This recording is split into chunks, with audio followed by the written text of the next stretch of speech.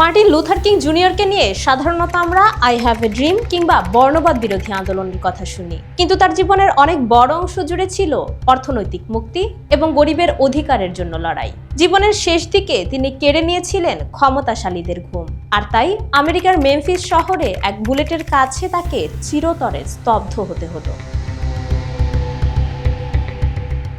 জীবনের শেষ লড়াইটা কেবল গায়ের রঙের জন্য ছিল না মার্টিন লুথার কিং এর। তিনি মেমফিসে গিয়েছিলেন একদল পরিচ্ছন্নতা কর্মীর পাশে দাঁড়াতে, যারা দিনরাত ময়লা পরিষ্কার করত, কিন্তু তাদের না ছিল কোনো ন্যায্য মজুরি, না ছিল জীবনের নিরাপত্তা। কিং বুঝতে পেরেছিলেন কেবল রেস্টুরেন্টে বসার অধিকার বা ভোট দেওয়ার অধিকার দিয়ে পেট ভরে না।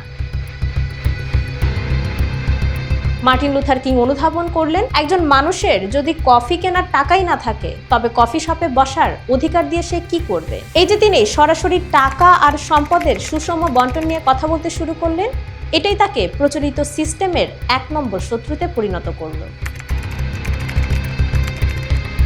মার্টিন লুথার কিং বুক ফুলিয়ে বললেন, ভিয়েতনাম যুদ্ধে মানুষ মারার জন্য যে কোটি কোটি ডলার খরচ হচ্ছে, সেই টাকা দিয়ে আমাদের দেশের গরিবদের ঘর আর খাবারের ব্যবস্থা করা হোক। এই একটা কথা বলার পর তৎকালীন মার্কিন প্রেসিডেন্ট লিন্ডন বি জনসন সহ তার অনেক রাজনৈতিক মিত্র তাকে ছেড়ে যেতে লাগলেন। সংবাদপত্রগুলো তাকে নিয়ে কড়া সমালোচনা শুরু করে, কারণ তিনি তখন কেবল কৃষ্ণাঙ্গদের নেতা ছিলেন না, হয়ে উঠেছিলেন যুদ্ধ বিরোধী এক বৈশ্বিক নেতা।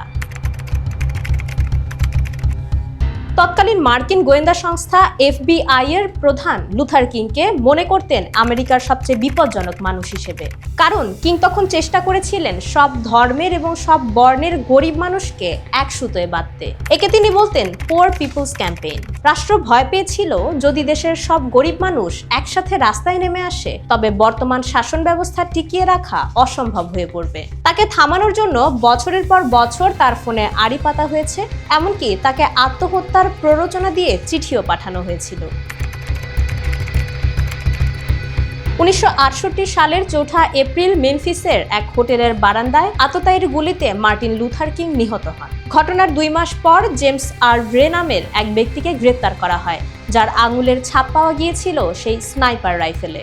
আদালতে দোষ স্বীকার করায় তাকে 99 বছরের জেল দেওয়া হলেও পরে সে দাবি করে সে নির্দোষ এবং কোনো বড় ষড়যন্ত্রের শিকার। 1999 সালের একটি দেওয়ানি মামলায় জুরিরা রায় দিয়েছিলেন এই হত্যাকাণ্ডে জেমস আর্ল ছাড়াও অন্যান্য প্রভাবশালী পক্ষ ও সরকারি সংস্থাও জড়িত থাকতে পারে। বর্ণবাদ ছাপিয়ে কিং যখন সাধারণ মানুষের রুটি রুজি আর ভাতের অধিকার নিয়ে কথা বললেন, ঠিক তখনই বিমুখ হলো রাষ্ট্রযন্ত্র, বলি হলেন মুহূর্তেই। কিন্তু দমানো যায়নি তার আদর্শকে। শোষিতের পাশে দাঁড়ানো এই মানুষটির অভাব প্রতিটি সংকটে অনুভূত হয়।